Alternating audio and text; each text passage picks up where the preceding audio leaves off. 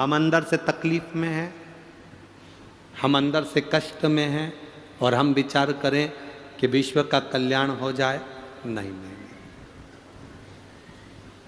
पहले भीतर का सुख, भीतर का आनंद प्रकट होना चाहिए।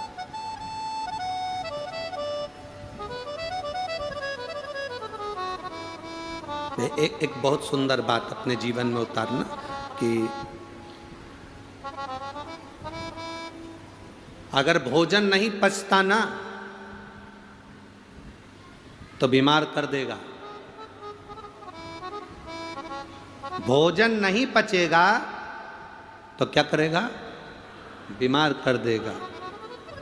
धन, सुख, संपदा भगवान दे दे और वो नहीं पचता। कई लोगों को धन नहीं पचता है, अहंकार आ जाता है, गलत जगह पर जाना चालू कर देते हैं, गलत मार्ग की ओर चले जाते हैं। भोजन नहीं पचता तो बीमार कर देगा। धन, सुख, वैभव आने पर नहीं पचता तो वो पापी कर देगा। पाप कर्म करवाए, गलत काम करवाए।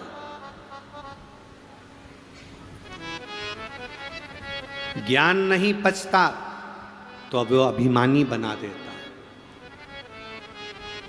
किसी किसी व्यक्ति को बहुत ज्ञान हो जाता है, बहुत शास्त्र पढ़े होते हैं, बहुत वेद पढ़े होते हैं, उसको संस्कृत का एक एक शब्द आता है, उसको एक एक पुराण की एक एक लाइन आती है, वेद कंठस्थ हैं, सब कुछ आता है उसको।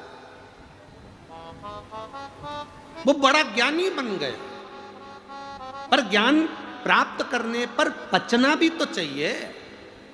रावण भी तो ज्ञानी बन गया था, पचा। बहुत विद्वान बन गए और तुम्हारे अंदर विद्वानता आने पर, बहुत विद्वान बनने पर अगर तुम्हारा ज्ञान नहीं पचा तो तुम अभिमानी बन जाओगे। मुझे इतना आता है, क्या जानता है वो? उसको क्या आता है? उसको क्या प्राप्त होता है? संस्कृत बोलना आती नहीं, एक शब्द आता नहीं, वेद शास्त्र पुराण जानता नहीं, केवल अपनी अपनी बात कहता। मतलब तुम ज्ञानी और ज्ञानी पुरुष बनने के बाद तुम ज्ञान को पचा नहीं पा रहे। जिसका ज्ञान पचता नहीं वो अभिमानी बन जाता है।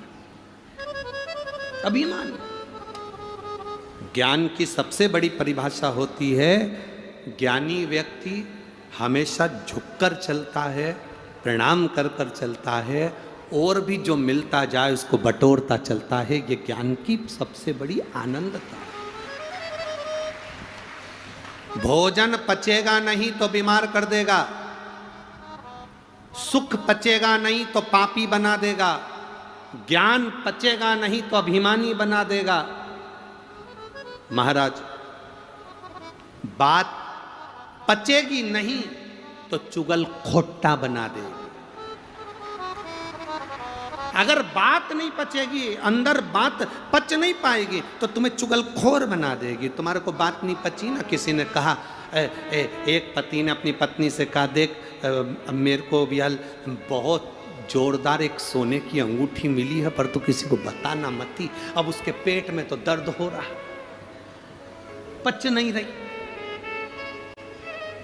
वो पानी भरने गई, पड़ोसन ने पूछ लिया, आज तेरे चेहरे पे बड़ी प्रसन्नता दिख रही है। बस बता नहीं सकती। अब ये बोलने की जरूरत थी? ये बता नहीं सकती। आखिरी में पड़ोसन ने खोद खोद के पूछ लिया और इसने कह भी दिया, तो किसी से बोलना मती, कथा में गई थी तो सोने की अंगूठी मिली थी। अब वो बात फेल। भोजन नहीं पचता, बीमार कर देता है। सुख, वैभव, सत्ता, धन नहीं पचती तो वो पापी बना देती है। ज्ञान नहीं पचता तो अभिमान बना देता है। बात नहीं पचती तो चुगलखोर बना देता है। और दुख जिंदगी में आया और वो नहीं पचा तो हमें निराशवान बना देता है। दुख को जो पचा गया वो विद्वान श्रेष्ठ बन जाता, अग्रण्य हो जाता। दुख भी पचना चाहिए, दुख भी पचे।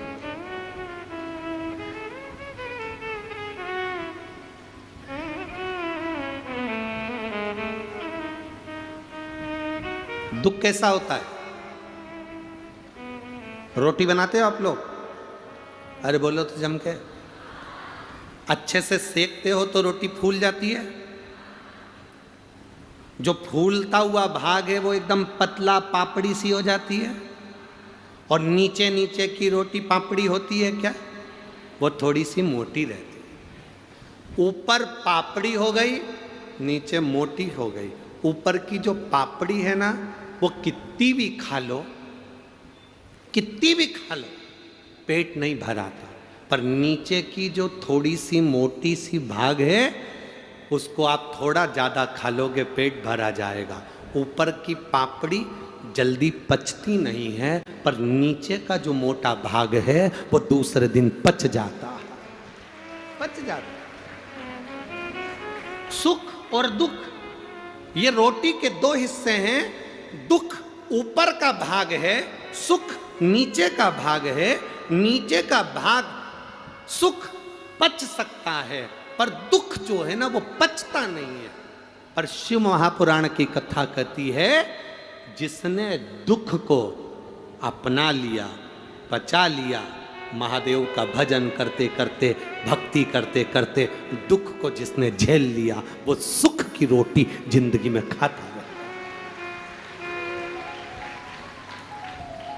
दुख पचना चाहिए। अरे मत बुरे कर्म कर बंदे, वरना पछताएगा। भगवान की आंखों से तू बच नहीं पाएगा, तू बच नहीं पाएगा। अरे ओ अज्ञानी मत कर नादानी, अरे ओ अज्ञानी मत कर नादानी।